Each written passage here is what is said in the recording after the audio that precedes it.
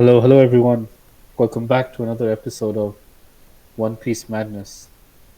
This is your host Hussein, the One Piece uncle, joined by your co-host Hatim, the One Piece dada. How are you doing, man? I'm good. I want to start this recording out for those who have been watching us and watched last episode to know that we are officially turning the true realm of One Piece theorists slowly. Uh, I was so hyped when I saw that. I was like, I yes, know let's I was so go. happy. I was like, I can't believe what we just talked about last chapter is happening right now. We'll get into all the nitty gritty of that, but it's been a crazy chapter again. The last 3 months, Oda has been non-stop since Wano's ended. He's not been holding back any punches. The cover story this week is kind of alright. It's just more about Vegapunk's backstory. The thing is, Just showing Vegapunk us. looks. No, sorry, you Yeah, I'm go. just. I'll. I'm just saying. Oda's just showing us the. He's just emphasizing the pacifist nature that Vegapunk embodies, as compared to the other mad scientists. You saw the chapter before. They were all coming up with their no good experiments when Mads was supposed to be a organization for peace. And you can see again, Vegapunk has just been trying to be peaceful and create non-destructive weapons. But I didn't notice this before, but I love how it says Mobile Peace Prize instead of Nobel Peace Prize. It's a Mobile Peace Prize. Slight small little gag there. in the other transition, it's Ibel Peace Prize. Interesting. And what I also find interesting though is in this cover, Vegapunk actually looks kind of evil. His expression looks kind of evil, or maybe he just he's a weird looking guy, but he looks a little bit more evil than how I he think does he's now. just a weird-looking guy. Yeah, it might be just because he's a weird looking guy. Yeah, man. But I didn't have much to say about the cover story other than one of the tanks that has 53 on it. If you know, you know. If you don't, then oh well. Yeah, if you know, you know. But yeah, moving on to the rest of the chapter. Stussy, man, Stussy. She betrayed Lucci, and what I found the most interesting in her betrayal is the sea prism lipstick she used. Like, what is that? I wonder if Mads have come up with a way to make sea prism not solid, but like semi-solid, like liquidy kind of, just how like lipstick is.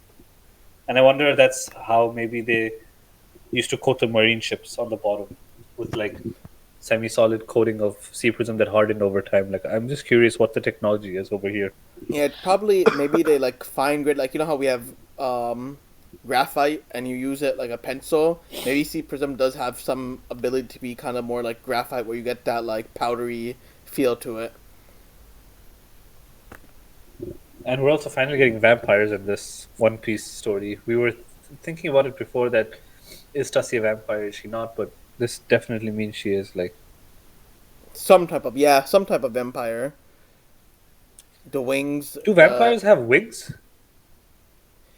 It depends on what. So it really depends on what like folklore you're looking at. Like some, I believe some vampires would be depicted as wings, or maybe that's more in like the bat form. But a lot of places they don't. Hmm. I think if you just thinking off the top of my head, I don't think there's many examples of vampires who have wings. But at the same time, it's could possibly be like because of their bat form that they have the wings, because that does happen. Or she Yeah, could be a because those don't. Lunarian.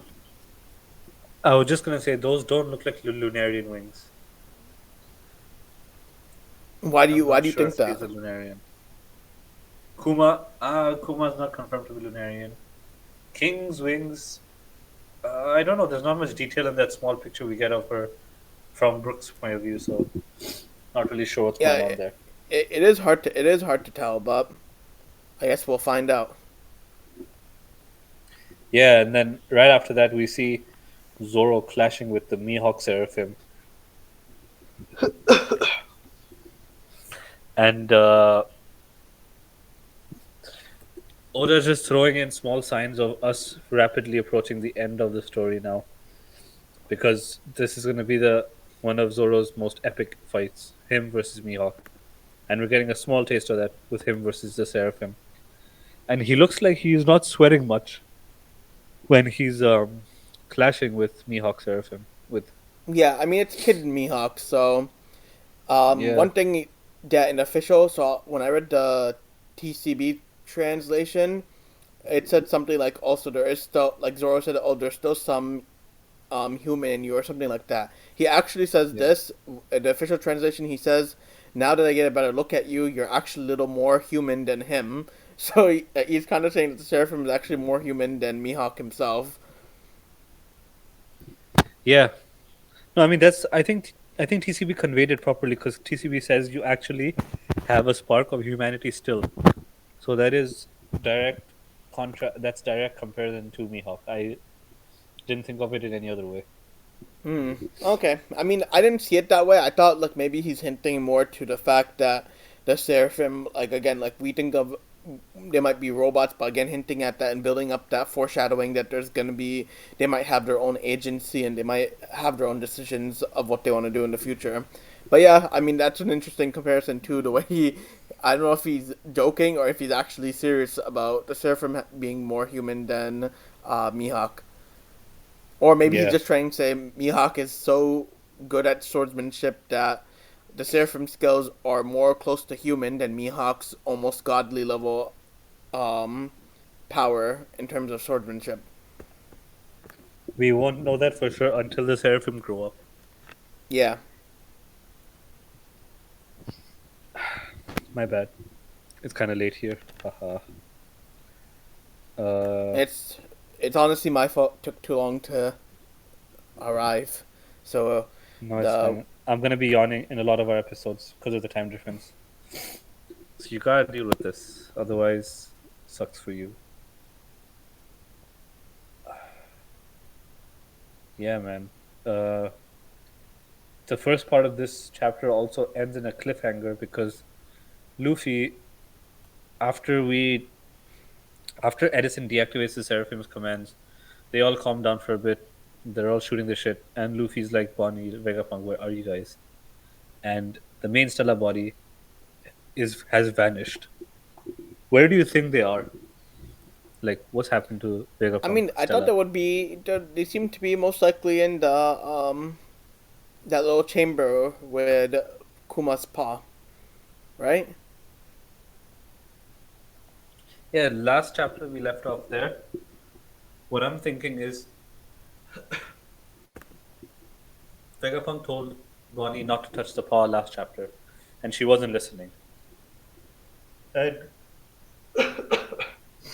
sorry. And the paw does not seem to be very menacing. It seems very warm and light. So I think that does hold Kuma's memories, and Bonnie did touch it.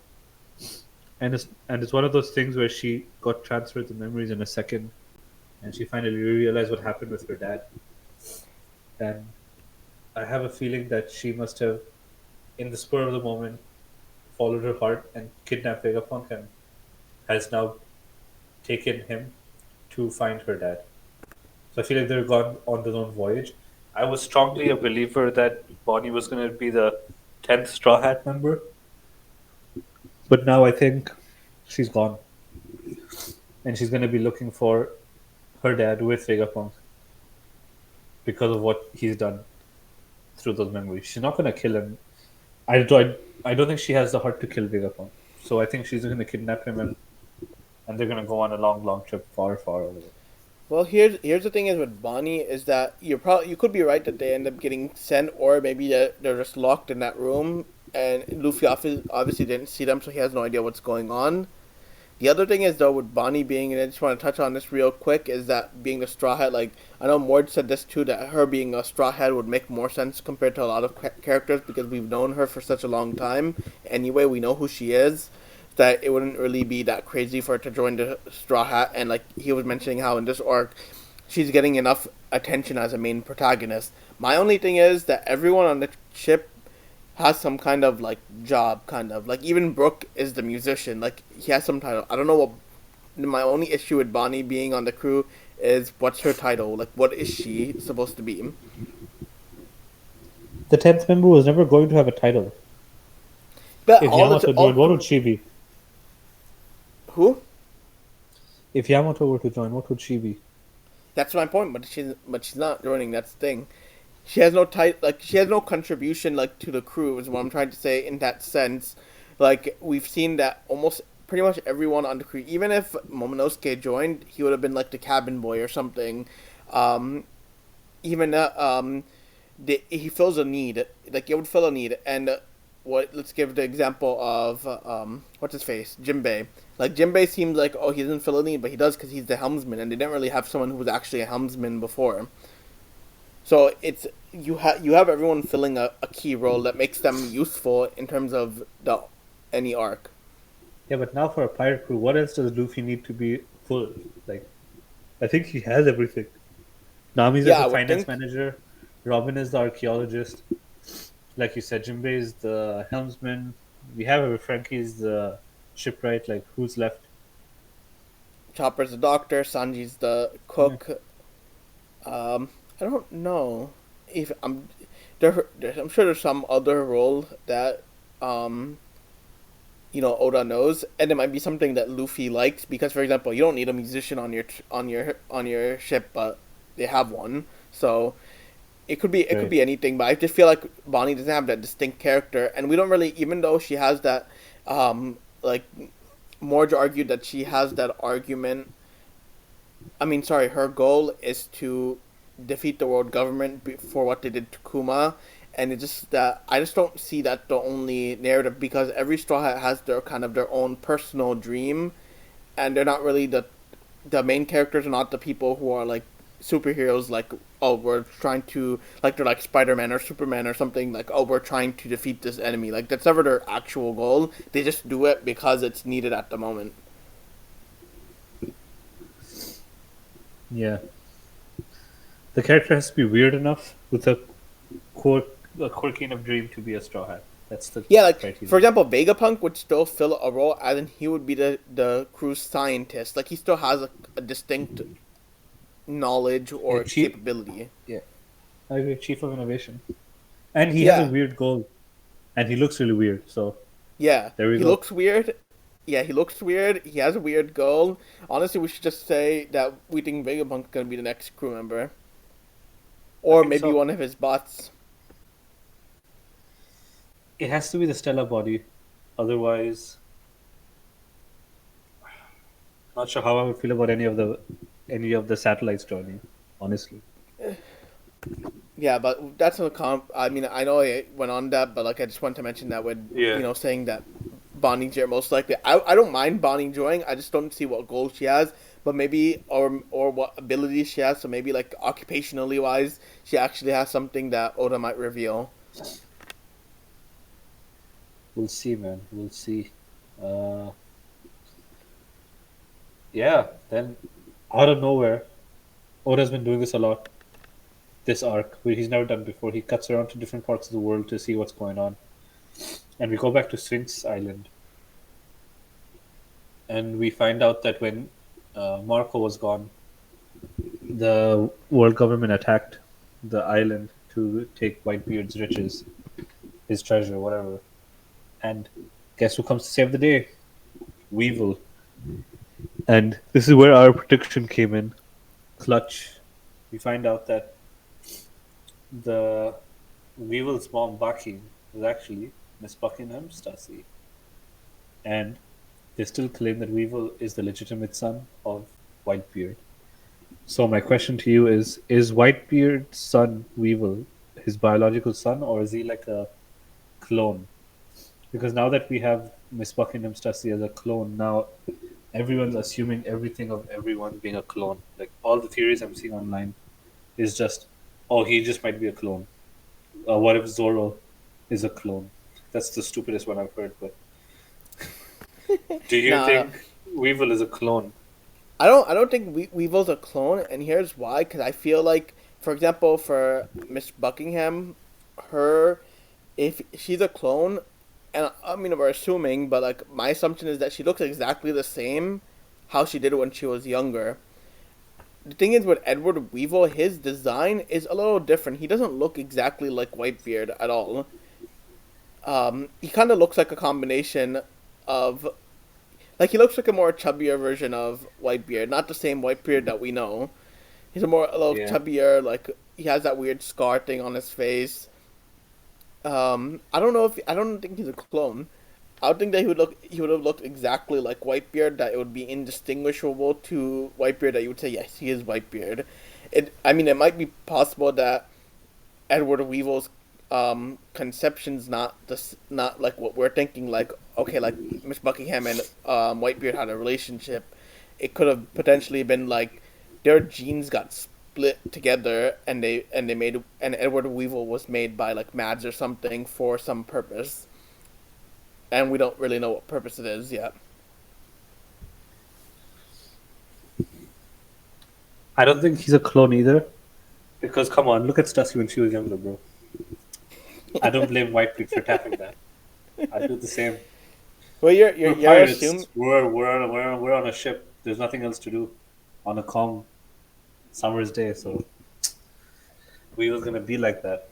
The thing is, I don't think that vision is really gonna work out for you because, and that'll definitely help the people with the fan fictions for sure. But at the same time, I don't see that happening because Oda tries to generally avoid too much romance and everything. Like people will try to pull Luffy and Nami or Luffy and Robin. Like that's not really. I don't see that happening.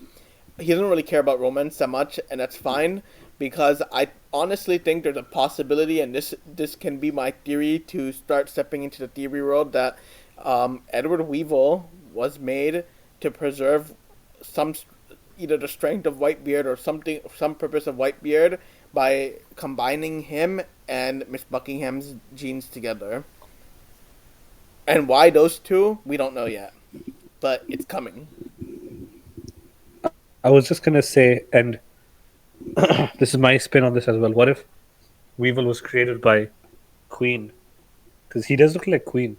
It does kind of look like Queen, yeah, in some sense. He's a Queen version of Whitebeard. Yeah, So Queen might have just been messing around. He was like, I'm just gonna make a clone of you guys, or a IVF baby, whatever, and put my genes yeah, into it. exactly. Yeah, that's what I'm saying. Cause you're, and the thing is that what's interesting is the timing of these stories. That Oda's showing all of these different scenarios around the world, and we're getting a lot of characters involved. That must wonder that we haven't seen Edward Weevil in probably like 300 chapters, maybe. Why now is he being brought up? One, we meet Dr. Vegapunk. There must be some clear connection between Mads, Vegapunk, and the creation of Edward Weevil, and him actually being Whitebeard's. He's might not be actual Whitebeard's son in the biological regular sense of him being his father, but more like a combination of genes. Yes, sir. But I can believe what you're saying. I can believe what you're saying too. Like I could believe Whitebeard and Stussy having a relationship. That could have happened too. Yeah, man, she thick. She vampire. She likes the neck stuff. Whitebeard could have a neck fetish. You never know. Well, yeah. As far Many as you know, girls. she's a vampire. Yeah, man. Neck turns people on sometimes. But anyway, the chapter ends with a banger. This is the first name drop of a Gorosei that we've seen. The highest authority in the world, one of the five elders, Saint J. Garcia Saturn. And the reason for bringing him into the story by Kizaru is pretty clear. If you remember the chain of command for the Seraphim, the Gorosei sit at the top. Gorosei sit at the top, then it's Vegapunk, then whoever holds the command chip. Something along those lines, but Gorosei is at the top. So it's going to be really interesting to see, one, the Gorosei's fighting powers, if they do make landfall when Luffy is there.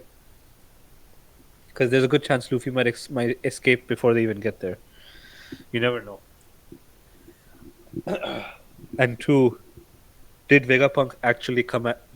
Like, do you think Vegapunk actually program the commands hierarchy to be like that, to make the Gorosei at the top. Like how would the Gorosei even know that Vegapunk is not like above them? You know?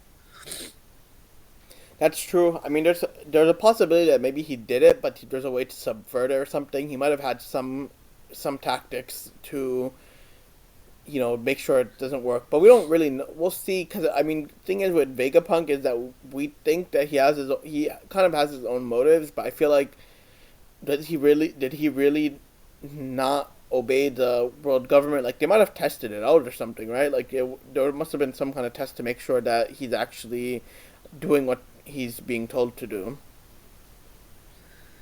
Or Vegapunk, because he's always been a pacifist, founded the Mads for Peace. Maybe he was too naive that the government would never turn their back on him. That he Yeah, trusted them, and he just built the programming like that. And yeah, now I could here they believe are. that too. Yeah, before when we first were introduced to Vegapunk, we saw Lilith, and we all were like, "Is Vegapunk actually good? Like, does he have good morals?" But after 10, 15 chapters later, we're pretty convinced that he is a good guy. So I Yeah, do see him being naive enough to fall for the world government, their fake promises, basically. yeah. The thing is, he has good morals. The thing is, we don't know the true Vegapunk personality, as I mentioned in previous chapters, because he split himself into the satellites. So we haven't really seen that true Vegapunk. There is a part of him that's very cunning, and there's a part of him that's clearly more defined as evil, because that's why Lilith is considered the evil part. So there must be some part of him that's a little bit more conniving and ambitious. I've been thinking about this myself too. Like, we all have an evil part of us. Like you don't want to admit it, but like all of us do have that kind of impulsive behavior. Like, I don't know. I've seen a lot of memes floating around the internet when they uh, are looking over an edge. Some people have that instinct of just like, what if you jumped? You know, not in like a suicidal way, obviously, but like in a sadistic way. I think Yeah, everyone does have that kind of unconscious, subconscious behavior, but that doesn't mean that they are truly evil. So I think it's totally fine for him to have Lilith programmed that way, but that does not make him, in the least, his true nature be evil. I don't know if I yeah. said I'm that in a understandable way. No, I get what you're saying. Like, obviously, all of us have moments where we get angry, or we might feel negative emotions, or think negative things that might not completely define who we are totally. Like, we don't act on it. Like, for example, I could be like, "Man, I'm so mad at Hussein. Like, I hope he gets. Like, I want to punch him in the face or whatever." But I might not really think about that all the time. Nor am I acting on it. Like, it's just in the moment of one action that you did that can spur that kind of anger. Bro, that's why I'm taking sambo classes. Just to avoid a punch from you, the face from you. Gotta get Well, ready. luckily we have so many miles of a distance that the likelihood of you getting punched from me is not much at the moment. At the moment. Alhamdulillah. But But anyway, yeah, so we break. have that. Sorry. No, you sound like you're also gonna wrap it up. So what are you gonna say? No, I was gonna just say that we still have that last the we still need to discuss a little bit more on the elder Saint Garcia Saturn. I'm interested in knowing why they get the title of saint. And I'm just curious at who gave them that title of saint because they're the oldest guys that we see. Um, Hmm. and why is he not even Jay Garcia? Forget the Jay Garcia part, but like the Saturn. Like, is that supposed to reference something? Is that like where they're from, or is that like an area that they are? Are these guys actually um, from the One Piece planet? Like, there's a lot of indications from their name that's very interesting. And how old is this guy? Because he looks really old. I know Oda has brought up a lot of ancient deities in One Piece for superpowers: Pluton, Uranus. Saturn is obviously referring to one of like those deities, to a planet or a god. So he will be as powerful as Saturn. But in the chapter notes of the TCB scans, Saturn also might refer to two unrelated musicians. One is the Garcia guy, and there's also him who wrote a song that's called "The Lost Souls of Saturn." Interesting. So it's mixed messaging for sure, but I think it's leaning more towards the fact that Saturn is a planet and also referred to a god in some mythology. I'm not sure which one, but that lines up with Uranus with Pluton. So I wonder if one of the Gorosei will be called Neptune, like King Neptune, but like Saint Neptune or something. Yeah, But I thought about that, it but we already have King Neptune, so I don't think Oda's going to repeat himself. maybe not, but you maybe like Venus or something, Venus or Mercury or something like Venus, that. But Mercury, Helios, something like that. yeah, but those are again. Oh yeah, I was gonna mention like that's all Roman. That's all Roman mythology. Greek is Zeus. Zeus is Saturn. So or is he Jupiter? But either way, Saturn, Jupiter. Those are all Roman, Roman names for gods. But I'm still wondering, does the Gorosei have? Are they strong? Right? They have to be strong, but how strong are they? We don't have bounties for them. We don't have a way to power scale them. So I'm really interested to see if this old man can fight. He looks like one of those uh, Ronald McDonald characters, like from the McDonald's, the purple one. I don't know if you remember that guy. What's his face? What's his name? I think I know who you're talking about. Yeah, the purple McDonald's guy.